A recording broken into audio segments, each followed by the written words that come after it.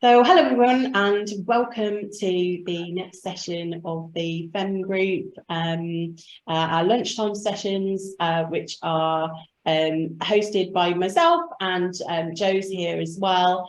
And today we are joined by Zoe Howard from Investec, and she's going to talk about managing failure and how we can harness that to our advantage in our workplace and I guess in our lives. So I'm looking forward to hearing from Zoe. I just wanted to do a bit of housekeeping first. We are finding there's less appetite for being online, at lunchtime live. We may switch it around a bit when we come back after our summer kind of break. We're not going to do a session now until September, and we'll try and decide whether we're still going to do lives, whether we might do recordings instead. So I might do a survey on LinkedIn and see what people favour, or whether it's maybe the time that's wrong, and change the times of our slots. But anyway, any feedback that you want to message me privately, then please do as you're watching this back. If you've got any thoughts, let me know. So I'm going to hand over to Zoe, and she's going to talk about managing and harnessing failure. Perfect. Thank you very much. To you. Thank you, Gretchen. Hello, everyone. My name is Zoe. I work as a business development manager at Investec. Essentially, it's sales and relationship management. I've been doing it for about 10 years now. And the reason I thought talk about failure would be a good idea is because in sales, safe to say you probably fail quite a few times. So I just wanted to share some ways that I kind of have learned from those experiences, different ways that we can embrace our failures. So as Gretchen said, that we can kind of better ourselves and really push forward on our personal growth journey. I do feel like I should point out at the start, I'm not a psychologist. What I share today is coming from my experiences, from conversations with friends, with colleagues, and of course, research that I've done in preparation for today. Within sales, a key part of our role is understanding people and how they might react in different situations. So when I do talk about examples, I kind of reference male, female responses to failure throughout the presentation. Please note, I'm not trying to stereotype. I'm just speaking from my observations of working in a quite male-heavy environment, as we're all aware. But essentially, I think, firstly, it's fair to say that we all fail. And that's okay. It's not a problem. The problem is that, particularly for females, we take our failures to heart much more than our male counterparts.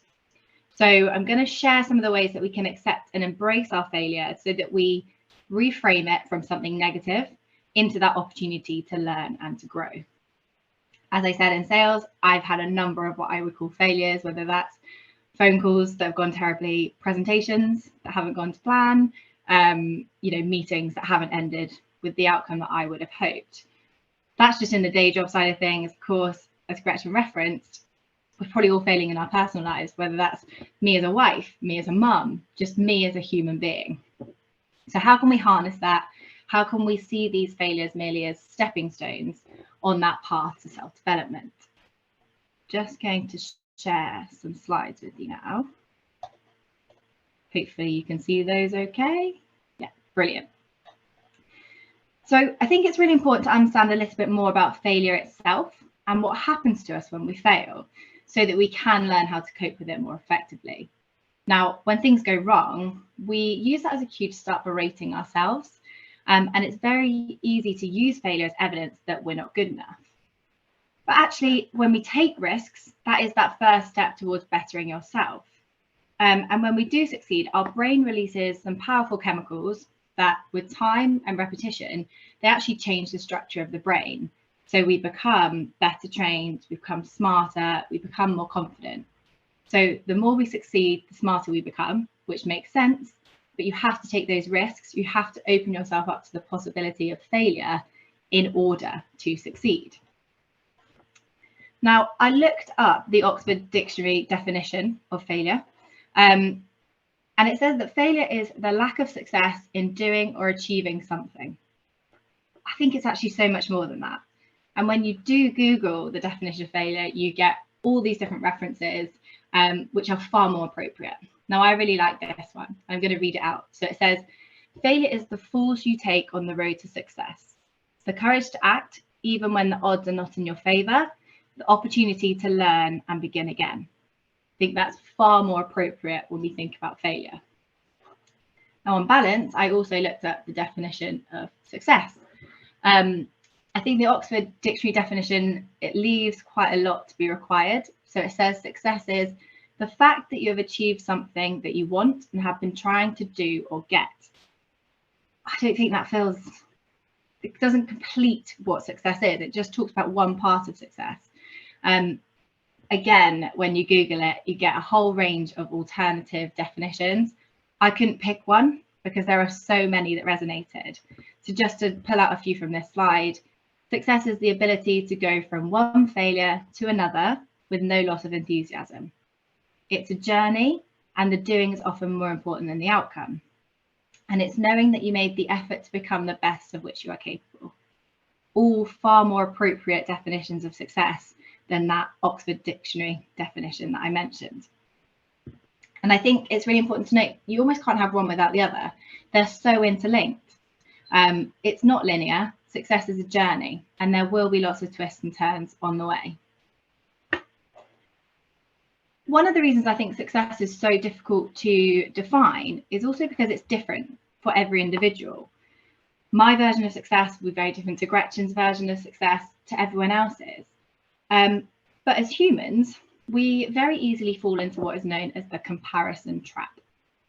So one of the reasons we find failure so hard to accept is because it often feels like we're the only person failing. When you meet up with your mates in the pub on a Friday night, they ask you how you've been, what you've been up to. It's very unlikely that you're going to suddenly start talking about all the ways that you failed over the past week or month since you last saw them. It's just not something we do. Additionally, with the rise of social media, the likes of Instagram and Facebook, we see what people are up to every second of every day, but it's the parts that they want you to see. It's kind of like the highlights reel of everybody's lives. It's just not the reality behind the scenes. Now, we all do it.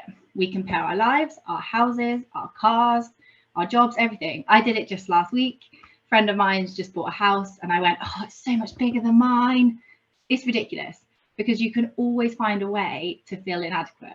You can always find someone who's got a bigger car, what looks like a nicer holiday, etc. And there's actually a theory all about this, and it's called the social comparison theory. And that's when we make comparisons as a way of evaluating ourselves. But as university psychologist has come out to say recently that when we are reliant on others for our sense of self, only feeling good when we get positive feedback or markers of status, we're at risk of depression. Makes sense, right? Comparison is a really difficult topic. You could easily spend half an hour just talking about the comparison trap, why it happens, what happens to our mental state when we do compare. Don't worry, obviously not going to do that now. But I think the reason it's a hard topic is because there are positives to it as well. When you see people do well, it can kind of ignite that fire within you to want to push harder. And we might not want to admit it, but you do get a boost in kind of self-esteem when you see that you've maybe done better than someone else. But that in itself is also problematic. So just be aware that comparison, whilst we all do it, it can be harmful and it can leave you feeling a little bit inferior.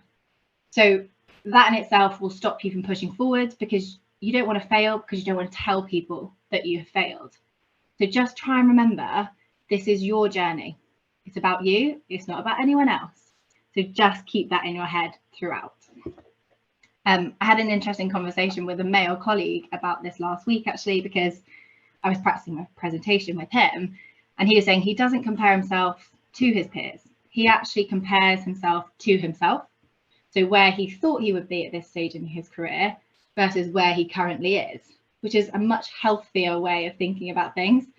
But he appreciates that us females are particularly bad at this.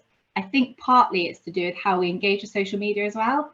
I know I could sit for hours and you just scroll and you scroll and you scroll. And like I said, you're always going to find people that have bigger cars, bigger houses, etc. So if that's you, bear it in mind. Try and put kind of limits on your social media usage, just to help with that mental, that mindset, sorry, of thinking about you, thinking about your journey. Try not to compare to others. Now, when we do fail, we go through a number of different phases and a number of different emotions. The first of those is that shock, surprise. Why is this happening to me? Next up is denial. You kind of go, oh, I did everything I should have done. This isn't my fault. Can't believe this. Then it starts to sink in. Then we start to get angry and we start to blame ourselves and others. Now, research shows it's very typical of women to blame ourselves. When we mess up, we question our abilities and our skills. When men mess up, they point to outside factors. Quite interesting. Next up is this depression, the wallowing. Again, not surprising if you are blaming yourself, but it's very easy to get stuck in this kind of self-depreciating cycle.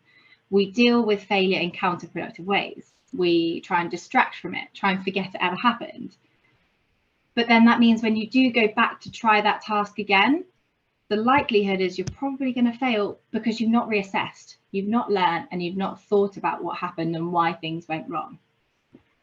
So we need to break this cycle. We need to understand where we are and change the narrative to get to a point of acceptance and change as quickly as possible. How can we do that? You need to inhale. Okay, yes, take a breath, give yourself a second. But remember, failure leads to innovation. Without failure, nothing changes. When we do fail, we have the opportunity to go back, think outside the box, come up with an alternative solution. Failure encourages us to try something new, encourages us to take those risks. Maybe what we were doing in the first place wasn't the right thing for us anyway. So it gives you that opportunity to reassess. Failure helps to build resilience, which is a key skill for women in business. Through failure, we build that resilience, we build a mental toughness, both very good qualities for success in any field. Without failure, we cannot achieve. I mentioned this earlier, they're so interlinked, but it's very hard to be successful if you've not failed somewhere along the way. You need to see failure as a valuable learning experience. We have the opportunity to learn from our mistakes and figure out what went wrong. When you have that knowledge, you are more likely to make better decisions in the future. And of course, you'll avoid making the same mistakes again. The more you fail, the more you learn, and the better equipped you become to deal with any challenges in the future. And finally, the E is it allows you to evaluate our weaknesses. And I appreciate that's probably the hardest bit, right? Because we like to think we're great at everything. And we use the weaknesses you know, when you get asked in an interview and say, oh, what's your weakness? And you go, oh, I'm too much of a perfectionist. It's very easy to use that as our weakness and go, oh, that's what I'm bad at. But actually, when we fail, we learn our true development areas. What do we need to change to become the best version of ourselves? Now, before I go on to discuss a couple of practical ways that we can embrace our failure, I just want to touch on this book by Elizabeth Day. Now, Elizabeth Day started her career as a journalist, writing for various publications, the Evening Standard, Sunday Telegraph, the Observer.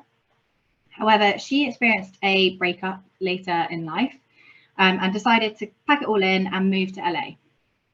This is where the idea for her podcast, How to Fail, came along. So she was looking back over her relationship, having conversations with her friends. And whilst doing so, she realised that any lessons she'd learned from failing were far more valuable than any she had learned from being successful. So she started the podcast and she interviews celebrities and asks them what their 3 biggest failures are, how they then dealt with that situation, how they felt. It's really, really worth a listen. I recommend going to hear it because you can really relate to what a lot of these people are saying, even though they're celebrities and doing completely different things to obviously what we're doing in our day jobs. Essentially, the podcast was so successful ironic, that she was then commissioned to write this book. And she talks about all the ways that she's failed in life. I've got it just here with me here, from work to relationships to fitting in your 20s. And again, it's just so relatable, and it helps you realize that you're not the only person failing. There are other people out there, and you can learn from their experiences as well. So with that in mind, I'm just going to give you all 30 seconds to a minute to maybe just have a think about some of the ways that maybe you failed. I appreciate it's a bit uncomfortable, and don't worry, we're obviously not going to share this on the group, but it can be anything from work, home life, school, exams. In doing so, A, I hope you'll realise that you're not alone in your failures, but B, you can then think about, when we talk about some of these practical techniques in a minute, how you might have dealt with the situation a little bit differently. And it will also give me a second to grab a sip of water.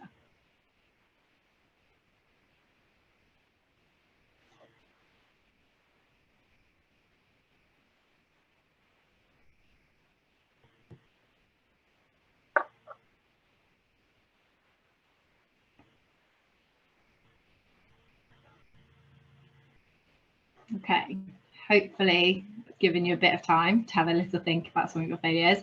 As I said, I appreciate it's difficult to think about how you have failed, but one of the reasons I wanted you to do so was so that you can appreciate that, you know, you're actually in pretty good company. This is quite an interesting slide. All of these people, successful people, they have failed, they continue to fail regularly. So actors get turned down for roles, business owners get turned down for deals. Reasons why programs like The Dragon's Den is so popular. But just to read a few out to you, you've got Walt Disney fired from his job at a newspaper because he lacked imagination. Oprah Winfrey fired from an early job as a television news anchor. I quite enjoy the Madonna one. She was fired from her first job at Dunkin' Donuts for squirting jelly at a customer. Whilst I appreciate that might not seem like a big deal now, at the time, being fired from your first job, that can feel pretty tough. Now that she's worth more than $800 million, I'm pretty sure she's okay. But the point here is that everyone on this slide and with you, the thing you guys have in common, not that they've failed, but it's not the be all and end all. And a lot of these people wouldn't be where they are today if they let those failures stop them. So on to the big question, how can we better embrace our own failures? I have 4 suggestions for you. Appreciate there are many, many more, but as I said at the start, these are ones that have worked for me, and they've helped me deal with my failures and embrace the change that failure can bring. So the first of these is don't dwell on what went wrong. Yes, it's okay to be disheartened. It's okay to be upset. Completely natural. And as I've mentioned, it's hardwired into female brains to be quite internal about our failures. But on the flip side, this hampers concentration and it affects our future performance. A really simple way of thinking about this is there was a study where a group of dieters were asked to go into a food factory to taste pizza and cookies. Sounds like a quite good deal to me. But group A were made to think that their slice of pizza was bigger than the slice of pizza given to group B. In reality, exactly the same. But what this meant was later in the afternoon, when they went to taste the cookies, group A ate far more cookies than group B on the premise that they've already ruined their diet. Already failed, what's the point? May as well crack on. It really makes sense because I'm sure we've all been there at some point. But essentially, it is okay to be disheartened, but don't let it be that be all and end all. Extract the necessary lesson and move on. When you do work with a positive mindset, performance in nearly all aspects improves. So the next thing is to see failure for what it is. I've said this a few times, us females respond to failure differently than males. When we make mistakes, we interpret the setback as a sign we lack ability, which is quite hard for us to change. Men, on the other hand, attribute failure to more controllable circumstances. So we need to adopt some of that mentality. Sometimes it is completely external, and there's not much we could have done. So don't berate yourself for that. If not, then it is that opportunity to learn. Go back through what happened, reassess. What can I change to do better next time? What additional skills do I need? And remember, failure is a sign that you're challenging yourself, and that's admirable. So try and remember that. Okay, it hasn't worked out this time, but at least you've tried. Third thing is to identify irrational beliefs. I think this one is super important. I am terrible at this, and it's when you say things like, oh, now I'll never succeed. What's the point? I always fail. I'm not doing it. When we experience failure, we never want to experience failure again, particularly at the thing that we just failed at. As a result, we set subconscious goals, things like, I must do X right, or I'm going to end up like last time. That's what's known as avoidance or prevention motivation. And research shows that induces anxiety from the fear of a potential negative outcome, which consequently impairs performance. So essentially, we're too scared to try because we think we're going to fail, or we do try, but we don't perform particularly well because, again, you're so scared that you might fail. You can't give it your all. So stop using those phrases. Stop saying I'll never succeed. What's the point if I always fail? They will literally just stop you from achieving. So note how you feel without exaggerating and also without denying your feelings, and try and practice self-compassion. Probably, again, something us females aren't the best at. Next thing is to look for explanations and not excuses. So what went wrong? Why did it go wrong? Reiterating quite a few things I've already said, but failure does happen. That's fine. You have to be willing to accept it and embrace changes to improve yourself. So identify why you failed, acknowledge what you can do differently next time. Ask for feedback. I used to find that really difficult, but now it's such a valuable tool to really understand, okay, what did I not explain properly? Was it something I did wrong? So you can, again, learn to grow. Find a mentor. One of the reasons this whole group has been set up is to help each other. We will all have failed at some point in different ways along our respective journeys. So leverage that. Ask us, have we been in that situation? What did we do? Did it go bad? Did it go well? If it went badly, how did you cope?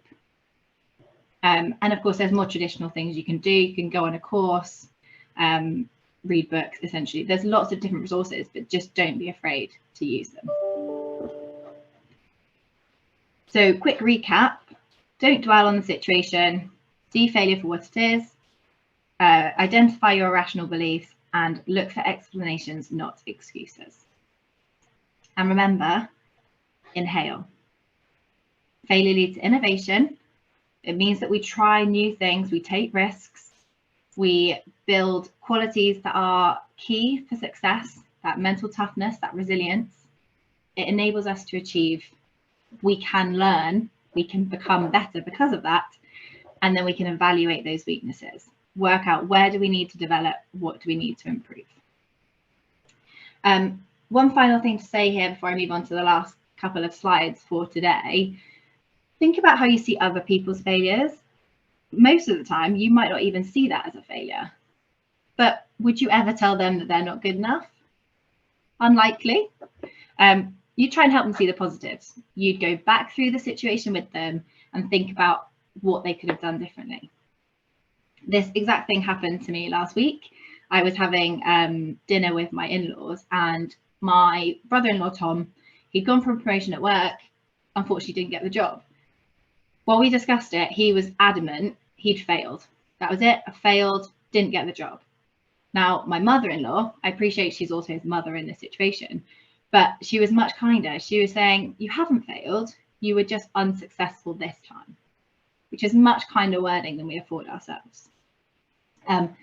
Actually, what was really interesting was that Tom, my brother-in-law, he'd reached that point of acceptance really quickly. He'd gone through the emotions. He was like, nope, this is how it is. And he was thinking about what he could have done differently. Interestingly, a lot of the things he mentioned were outside factors. He was thinking about the other people and what they did rather than what he did. So again, as I said, we should adopt some of that kind of more external mentality. I think males probably also need to adopt an internal mentality as well. It was just interesting to see that whole internal external thing come to play. The final few things I want to say are challenging yourself is a good thing. You have to go for it. You have to take those risks. We learn so much more from our mistakes. You're opening yourself up to new opportunities. You're probably going to identify skills that you actually don't know you even had. And it really does enable you to push further with that personal growth. It's also been shown challenging yourself stimulates brain function, and it helps to curb anxiety and depression. They're all good things. Also, when you do succeed, it's a massive confidence boost, right? You feel good. And if you don't, put into practice some of the things we've discussed today. Take a breath, give yourself some self-compassion, and then reassess. You're not the only person to ever have failed. So even if it's something small, the chart on the right-hand side shows how small changes over time cumulatively add up to something much larger. So even if you challenge yourself every day to do something different, something small, cumulatively, that can have a significant effect in the future. So the next time you do challenge yourself, I've got 3 key questions to consider. So ask yourself, what's the worst that can happen? Can you deal with that? How will you deal with that? And then what are the possible benefits, even if the situation doesn't work out? The final thing I'm going to say today, final thing, is this quote from Elizabeth Day, and I'm going to read it out because I think it sums everything up perfectly. And it says, if we are able as much as possible to remove both fear and ego when we encounter crisis, we will see failure more clearly for what it is, not as something that defines us, but as a missing piece of knowledge that helps us come closer to completing the jigsaw puzzle of who we truly are. And then that's just my final slide, a bit of a funny from working in sales.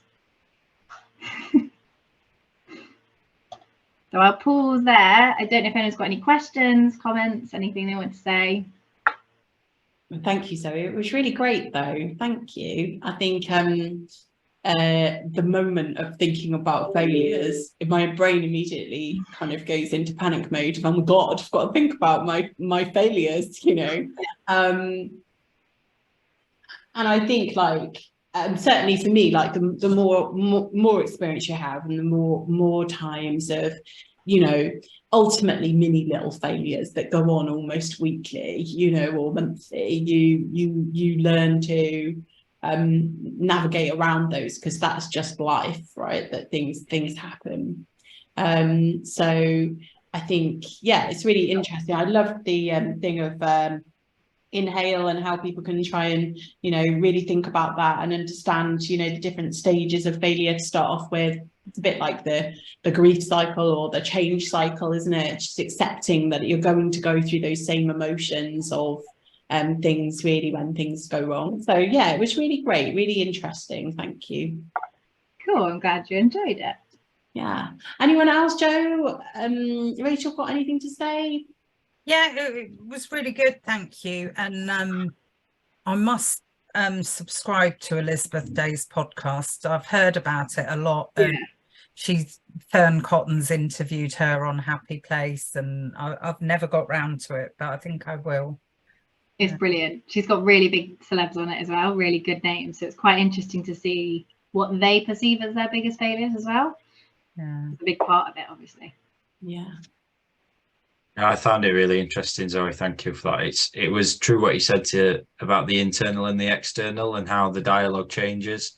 We don't afford ourselves the kind of words. It's so true, isn't it? And that saying is, it's always easier to take somebody else's advice than your own. Yeah, exactly. Yeah. Yeah. But yeah, great, Zoe. Thank you so much for sharing. I know people are going to get really good value from it. So that's great. Thank you for letting us record and preparing your slides, because, you know, taking your time out to do it, it's really, really great. So thank you.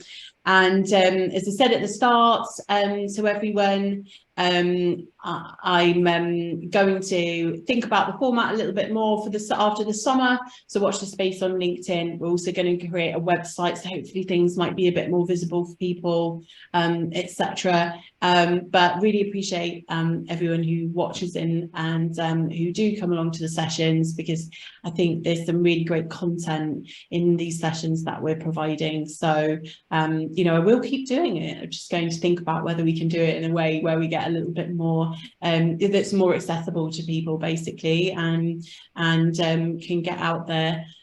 So thank you, everyone. And as I said, no sessions in July or August, because everyone gets incredibly busy with staff holidays and their own holidays, etc. And we'll be back in September. So yeah, watch this space. Thank you. Thanks very much. Cheers. Bye.